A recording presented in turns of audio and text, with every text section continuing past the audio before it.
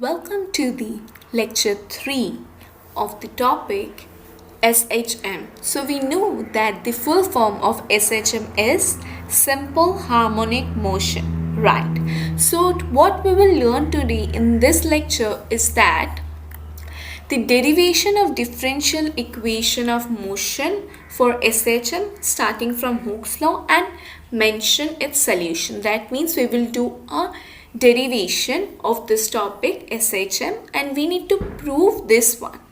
That means we need to get this equation. Okay. The next thing which we will learn is the mechanical simple harmonic oscillator. That means the mass suspended to spring and that the mass suspended to spring and the description mention of expression for time period or frequency we will also know, and the definition of force constant and its significance. Okay, so let's move on. So first of all we will know about the derivation of SHM. So SHM, by definition of SHM, the force acting on a particle is performing SHM. So we have done in the lecture 2 that if a bob is like this, that means if we move the bob, what happens? It starts like this. It will start moving like this. One times it will go this side and then it will come to its equilibrium position. Again it will move this side. So this was the thing which we learned in the lecture 2, right? So here also I have defined this SHM, that SHM is defined as the periodic motion at a body. Periodic motion means repetitive thing, whatever we do repetitively. So the motion is repetitive. That means the ball is going here and again going there. So it is a repetitive motion of a body in which the force is always directed towards the mean position. That means wherever from it have been started, it will come back to that position only. And its magnitude is proportional to its displacement from mean position. So, and the most important point is that the magnitude will be proportional to its displacement. Wherever it will start till the bob moves and reaches the position. So we got an equation that F is equal to minus kx. So this will be our equation 1. And see, be very careful that this k is force per unit displacement. Okay, and which is constant. That means this is the force constant, you can say. That means this k is the force constant. And why it is minus? Because it is a restoring force. That means it is going back to the position, to its mean position. Okay, so this is what we got to know here. Now we will move on to the derivation of SHM. So by Newton's second law of motion, so by the second law of motion we get that force is equal to mass into acceleration. So this will be our equation 2, where m is our mass of the body and a will be our acceleration of the body, and F is the restoring force acting on the body. Okay, so here write this m as small m and this a as small a. Okay, not capital. Now by definition of linear acceleration, so what we will do, by remembering our linear acceleration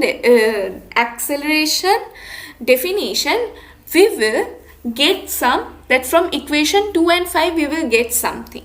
So before that, by definition of linear acceleration, what we get, that F is equal to dv by dt. That means velocity by time. That means the rate of change of velocity is a linear acceleration. So this is our equation 3. That means rate of change of velocity. Now by linear velocity is just the opposite. That means a rate of change of displacement happens here. So we have denoted the displacement by x. So we get a fourth equation, that is v is equal to dx by dt. Now what we will do, we will equate this equation 3 and equation 4. Okay, so we know that v is equal to dx by dt. So in place of this v, we will write dx by dt like this. So what we get, f is equal to d square x by dt square. we get.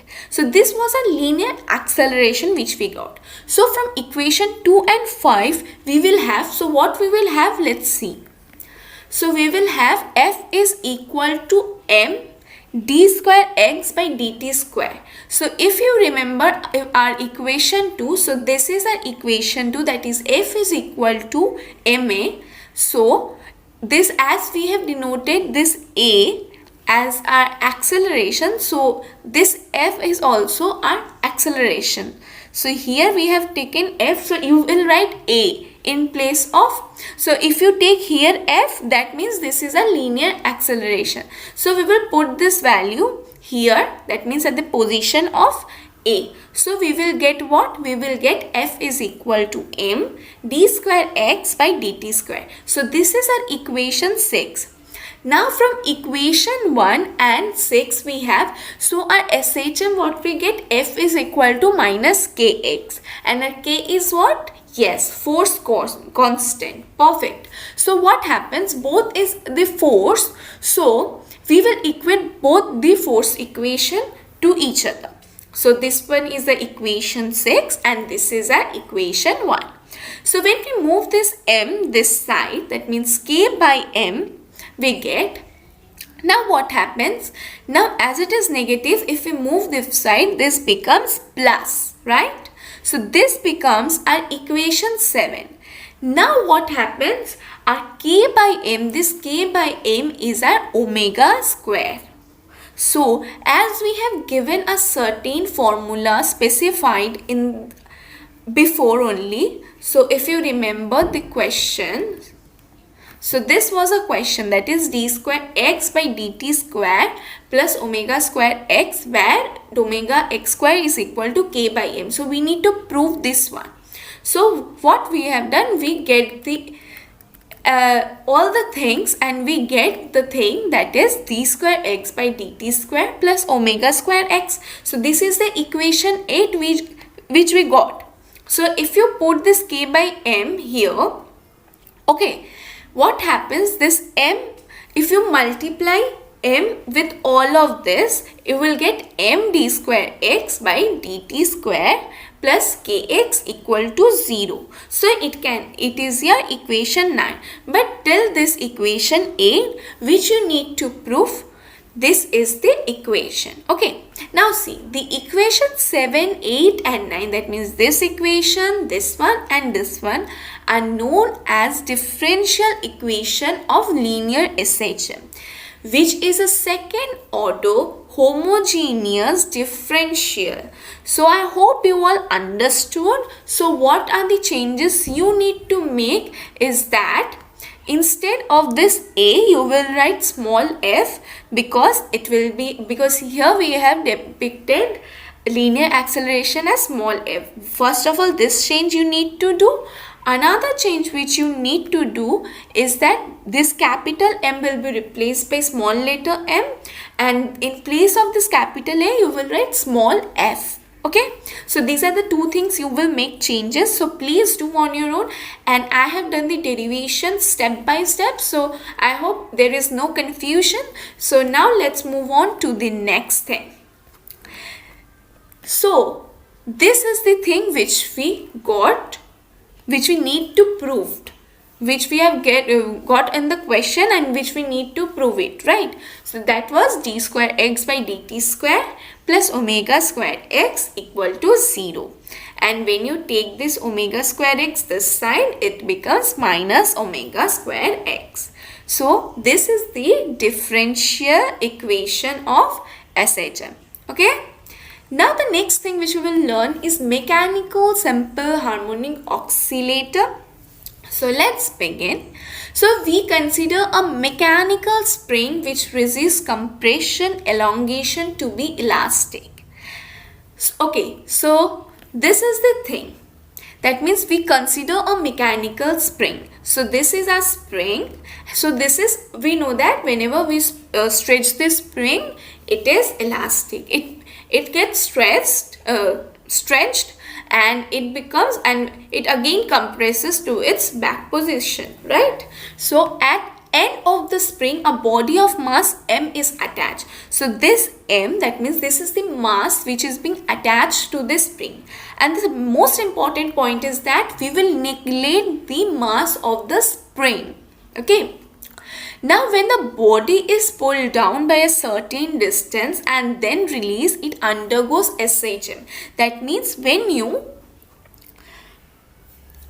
bring this mass down and elongates to a certain level of length, think till this, and then what happens, this spring starts moving to its mean position. That means it will move from here to here again, right? So this undergoes SHM. Okay. Now when there are no external force, the oscillations are said to be free oscillation. So what we are doing, at the starting what we are doing, we are giving a force, right? And then it starts moving on its own. So there is no external force which is being given. So what happens whenever there is no external force which is given to move this thing, this is known as free oscillation.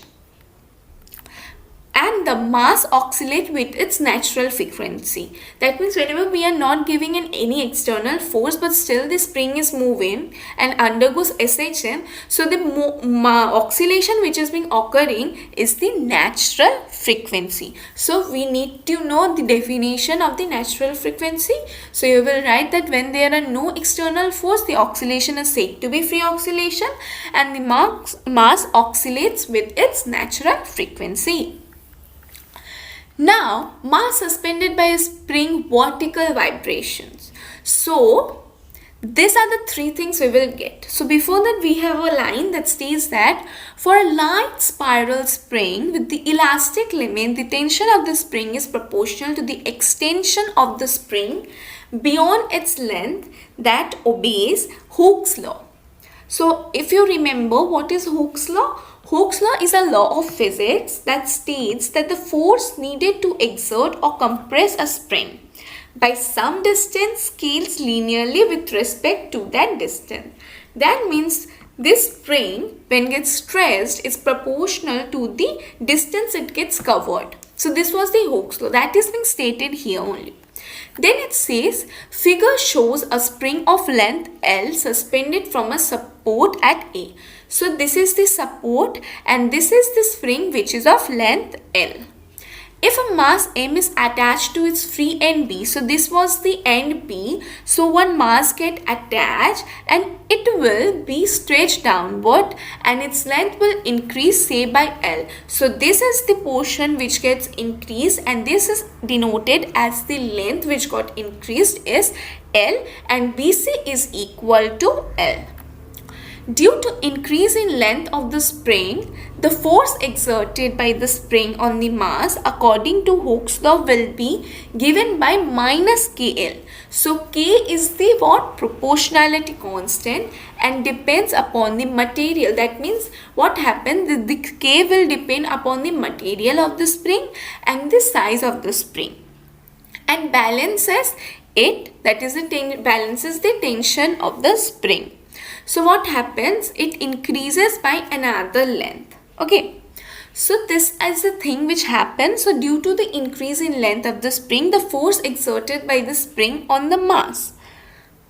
Okay. So now let's move on to the next. The constant K is known as spring constant. So we know that K is the proportionality constant which not only depends on the material of the spring but also the size of the spring, as well as it balances the spring's tension. So we say that K is the spring constant, or you can also say the stiffness factor. Okay.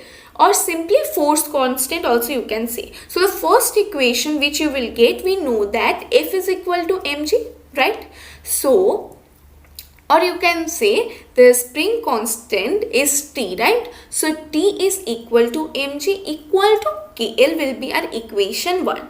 Now if the load is displaced downward to a position D, as I told earlier that it will get stretched more. Right. So this is the small distance which is get covered, that is x, and CD is equal to x, making the total increase in the length. So what happens? the first length was L, which got increased. Again an increase in length is happening, which is X. So it is X plus L. The tension in this position, what happens?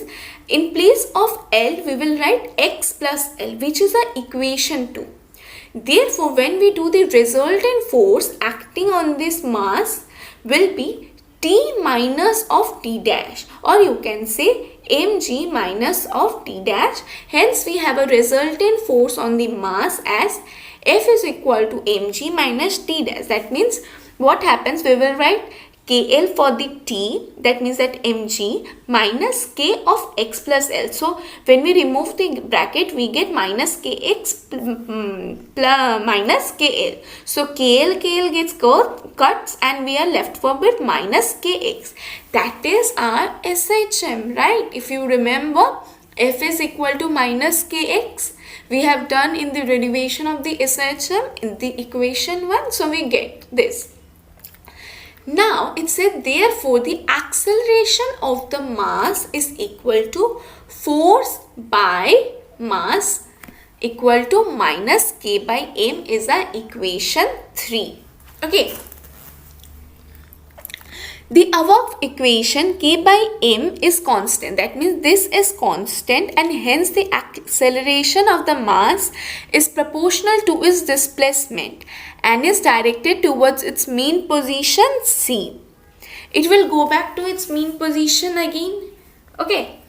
This K by M is constant. So we need to remember this, that it will be constant. That's why the acceleration of the mass is proportional to its displacement. Thus the mass will execute SHM motion with C as the equilibrium position. So C is an equilibrium position. So if the mass gets straight, what happens? It goes back to its mean position, which will be C. So from equation 3 we get K by M is equal to acceleration by X. That means acceleration per unit displacement. Now we know that we need to know the time period or the frequency. So let's get to know the time period. So the time period of SHM in seconds will be given as T equal to 2 pi by root under K by M. So K by M. So what happens? The M goes up. So we get the time as T is equal to 2 pi root under M by K. Since mg is equal to KL, so we have done, this was our equation. So we have K is equal to mg by L. So if we bring this L down, what happens? K will be equal to mg by L, and substituting this value in equation 4. So this will be our equation 4. So we have T is equal to 2 pi root under L by G. Okay, in place of K, we will write mg by L. So gets cut. So we will left over with L by G. Okay, so I hope all of you understood the lecture of today, and thank you for watching. Till then, be happy and have a great day. Wow, that's impressive. You have completed a magic today. For more videos, subscribe. Join our Facebook group and Instagram page for group discussion and live magazine videos for exam preparation in an hour. We start at ClassFly community for students to learn from a friend in a simple way and support them in their own languages. If you are willing to be that one friend who saves us at the exam night preparation, then please join us by visiting classfly.in.